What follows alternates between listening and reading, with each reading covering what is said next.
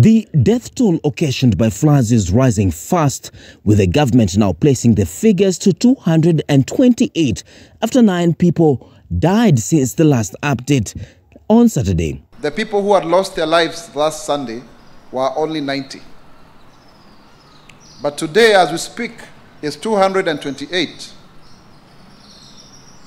So that gives you a very serious number, a very serious increase of about 138 people. On Sunday, the government spokesperson confirmed that approximately 212,630 persons from 42,526 households have been displaced, bringing the number to a cumulative of 223,193.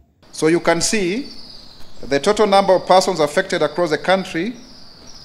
Total number of people who are affected, this is not households, is actually 223,198.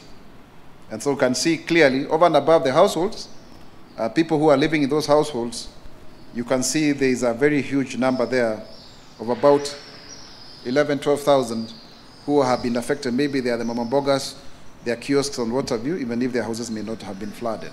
The rescue efforts at the Mahi Mahiu floods tragedy has led to the discovery of 3 more bodies, bringing the number of the dead to 58. In areas that are not safe, are being asked to move to safer areas because we do not want to have this sort of a tragedy again, and especially when we all know what can happen out of that kind of a disaster. Kuna shida ya mafuriko, tumepata Ngomongo iko na shida, kuna demu ambazo ziko za kibinafsi, pale Kiamolo tumetuma chief hapo, kule KAG Kiambogo, ile Akanjwiri. Ninataka tu kusihi watu wetu, wale ambao wana mahali maji inapita, kwanza waondoke. Usingoje ubebwe na maji, afadhali ukue uko safe, afadhali uende hata kwa chief. The government has since moved to relocate victims from the Negia Secondary School IDP camp to rented houses and a nearby children's home as the search for 32 missing persons intensify. We are in the process of planning about funerals for these people.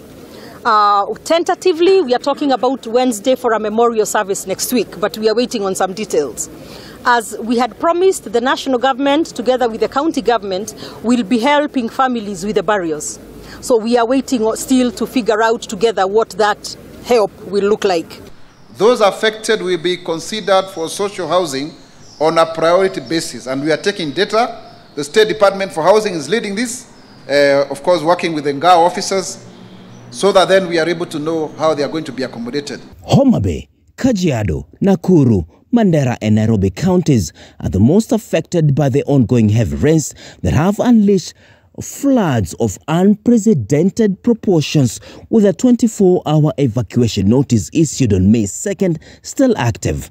To the escalating risk to citizens residing near the high-risk dams and water reservoirs, the government continues to effect the 24-hour evacuation notice issued on 2nd May. The government is facilitating logistical support, providing alternative accommodation and essential supplies to those affected. A multi-agency team is leading the evacuation in riparian areas, with the government confirming that 163,210 residents have so far been moved either forcefully or voluntarily. Moreover, a nationwide assessment of all dams has been conducted and 192 dams identified to be high risk, with the central region leading with 60 dams, Eastern with 39, Rift Valley 29, Coast 22, Western 21, Nairobi 12, Northeastern has 5 and Nyanza has 4.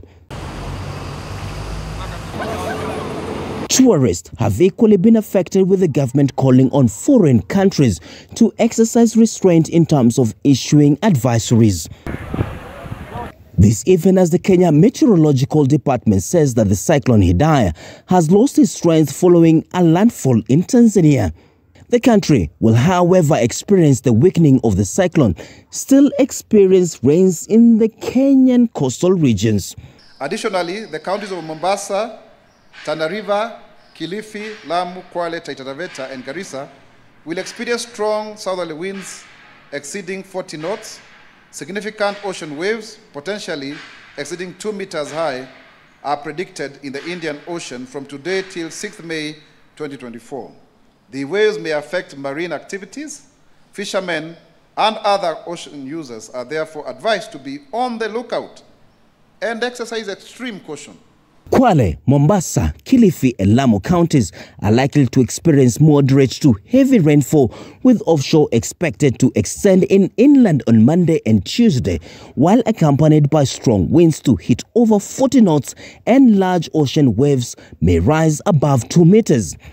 Other parts of the country should also expect occasional moderate rains of between 5 to 20 millimeters to heavy rains of between 20 to 50 millimeters.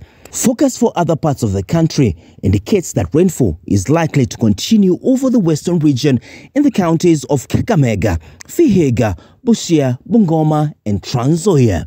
We urge everyone to stay safe by avoiding flooded areas and to practice caution around fast-moving waters. Once again, fellow Kenyans, let us prioritize safety and let us take the necessary precaution during these demanding times. Martin Opio, K24 TV, Nairobi.